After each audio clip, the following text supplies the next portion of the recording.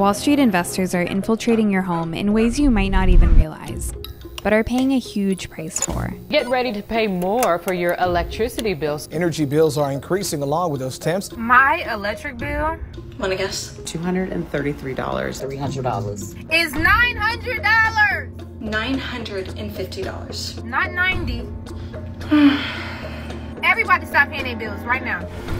Americans' utility bills are rising at unprecedented rates because of a systemic failure. Their primary concern is to make more money, and their only way to make more money is to take it away from people like me.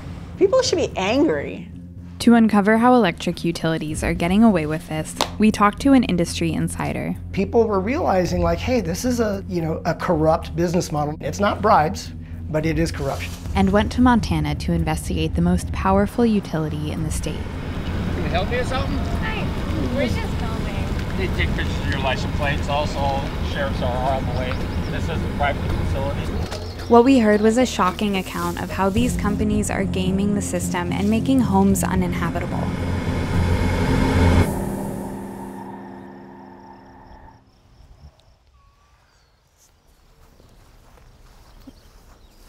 He's driving pretty fast. My property boundary is here, and then obviously look north, and there you have the plant. You can feel it vibrating inside of our house. Casey and her father Steve live in Laurel, Montana. 2 years ago, the state's largest utility began building a $320 million methane gas power plant, less than a mile from Casey's house. This is the most populated area in the state, and yet they build a power plant right smack dab in the middle of it. They just kind of shoved it down our throats, this area, this residential area, and claimed it was in an industrial area. Northwestern provides power for more than 2/3 of Montanans. The company claimed this new gas plant was critical to an even cleaner energy future. It's all bullshit, that's what it is. Just kind of feels like local government just pushes through whatever Northwestern wants. They're literally, it's like shooting, what's the expression, shooting ducks in a barrel. Mark Ellis is a financial consultant who used to work at one of the largest utilities in the U.S. He saw the corrupt business model that companies like Northwestern are using firsthand. A lot of people don't realize that their local utility company is a for-profit company.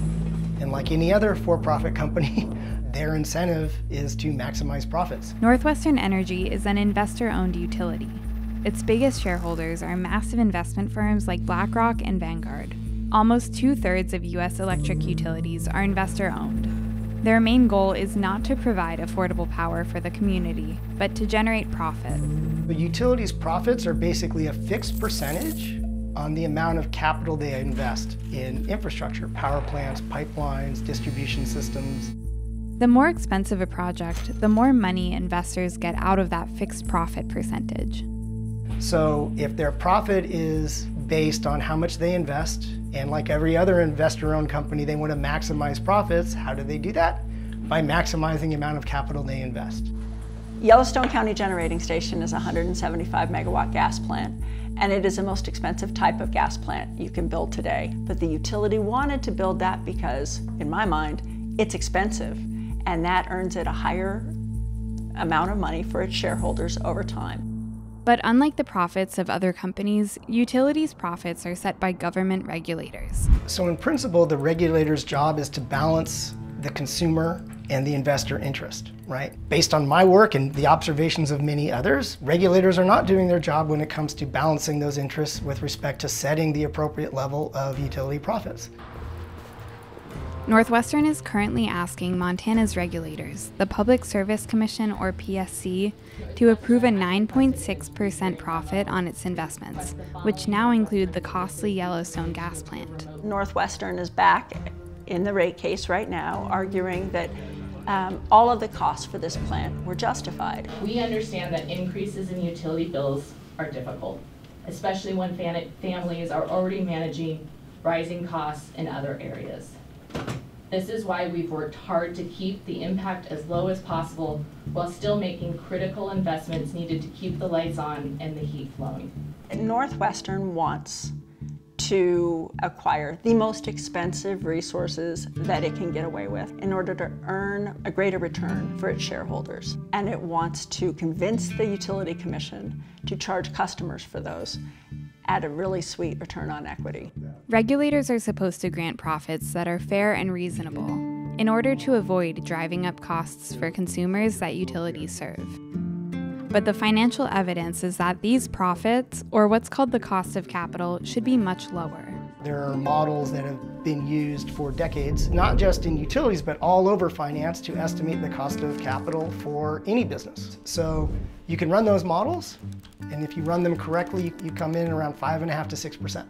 But utilities are repeatedly granted profits of around 9 to 10%. Customers pay both for the investments and they pay for the excess profits. The excess profits alone are about $50 billion a year nationwide. So it works out to about $300 a household. So it's real money.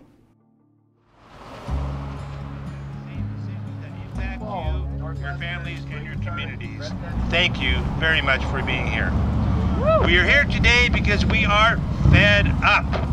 We are here because Northwest Energy is out of control. How many of you have felt the squeeze of your wallets lately? How many of you are tired of seeing your hard-earned money disappear into the wallets of a greedy monopoly? All of them. In addition to approving Northwestern's profit, the PSC approves the rates the utility can charge its customers. 2 years ago, the PSC approved a 28% rate hike. And now Northwestern is back, asking for another 20% increase. I see people trying to work longer hours, sometimes 6 days a week, 8 to 12-hour days, or juggling different, several jobs. I see people turning off their lights. I see people in mobile home parks where there's not good insulation, being cold during the winter because they don't want to use more gas. My 20,000 constituents certainly can't afford a senseless increase in energy costs simply to pay for the Laurel natural gas generating fossil fuel plant. Since 2020, the last time I looked at the data, publicly owned utilities, their rates have basically just gone up a little bit below inflation, but investor-owned utilities have gone up much faster than inflation. As a utility consumer, I'm confused.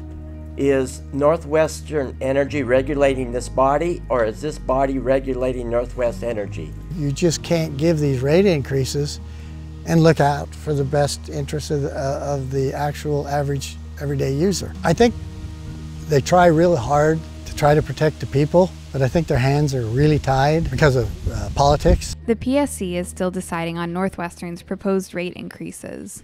What they do could set a new precedent for what utilities are able to get away with nationwide.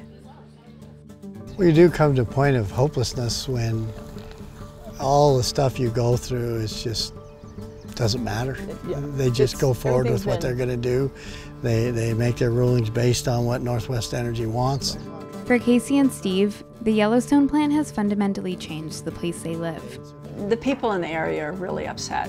It was so unfair. They tried everything they could think of to convince Northwestern not to build it near their homes, not to build it along the banks of the Yellowstone River. I am concerned about the air pollution that is coming from that plant. None of these pollutants kill you in a day or two. It's down the road when my granddaughter grows up, as Casey gets older, when we're gone, she's probably going to get sick sooner because of that. The people who live around these things should have a say in it, and instead it's the controlled politicians. Until our elected officials try to rein in this out-of-control utility, we're going to continue on this path of ever-increasing rates and a degraded environment. Some states are taking action to curb utilities' incentive to invest in expensive and polluting projects.